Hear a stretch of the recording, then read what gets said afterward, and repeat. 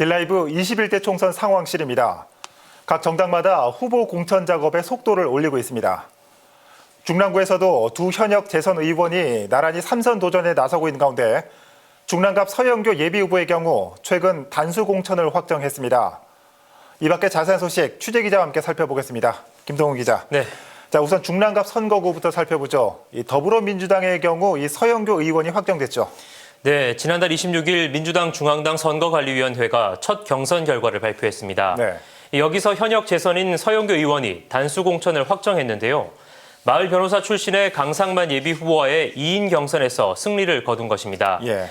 이로써 서영교 의원은 이번 21대 총선에서 3선 도전에 나서게 됐습니다. 예, 이 3선 도전에 나서는 이 현역 의원의 어떤 야당 후보가 맞붙을지 궁금해집니다. 네, 우선 미래통합당부터 살펴보겠습니다. 네. 이 자유한국당 중랑갑 위원장이었던 박시연 예비후보만이 나서고 있던 상황이었습니다. 하지만 최재익 독도수호 전국의장이 추가로 공천 신청에 나서면서 현재는 2파전 양상으로 흐르고 있는 상황입니다. 하지만 지난달 28일과 29일 이틀간 미래통합당이 전국 26개 지역구 후보자를 추가로 모집했는데요. 예. 여기에 중랑갑이 포함됐습니다. 현재까지는 당 차원의 결정을 공천 신청자들이 기다리고 있는 상황인데요. 단수 공천 혹은 전략 공천 또는 2인 경선 등 모든 가능성이 열려있는 상황으로 풀이되고 있습니다. 예. 국민의당 후보로 나설 것으로 예상됐던 이 민병록 후보. 그런데 최근에 이 국민의당 당 상황이 달라지지 않았습니까? 어떻습니까? 네, 지난달 28일 안철수 국민의당 대표가 이번 총선에서 이 지역구에는 후보를 내지 않겠다고 선언했습니다. 네. 따라서 중랑갑에서 국민의당 후보로 나설 것으로 예상됐던 민병록 예비후보의 행보가 주목되고 있는데요. 예. 최근 통화에서 총선에 나설 의지는 분명히 밝혔습니다. 하지만 어떤 방식이 될지는 추후에 공식적으로 전하겠다는 입장입니다. 예. 자, 중랑갑 다른 정당들의 상황도 좀 전해주시죠. 네, 이 중랑갑 앞서 전해드린 예비후보 외에 5명의 예비후보가 나서고 있습니다. 네. 우선 정의당에선 김지수 위원장이, 민중당에선 성치화 집행위원장이 예비후보로 이름을 올렸습니다. 이 밖에 국가혁명배당금당에서 2명, 무소속으로 1명이 나서고 있는 상황입니다. 예.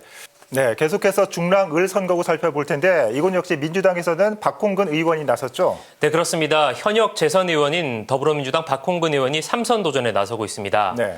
이 현재 당내 다른 예비후보의 등록도 없고 공천 신청도 없는 상황인데요. 이 박 의원 측은 빠르면 이번 주 중으로 단수 공천이 확정될 것으로 내다보고 있습니다. 네. 자, 다른 야당들도 좀 살펴보겠습니다. 먼저 미래통합당에서는 현재 3명이 나서고 있다고요? 네, 그렇습니다. 이 미래통합당 출범 이후 이 중랑을 선거구에선 3명의 예비후보가 경합을 벌이고 있습니다. 네.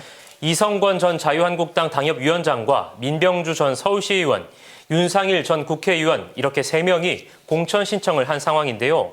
중랑을 역시 지난달 말 미래통합당이 공천 신청을 추가로 받았는데요. 네. 현재까지는 이들 3명의 후보가 당 차원의 결정을 기다리고 있는 상황입니다. 그렇군요.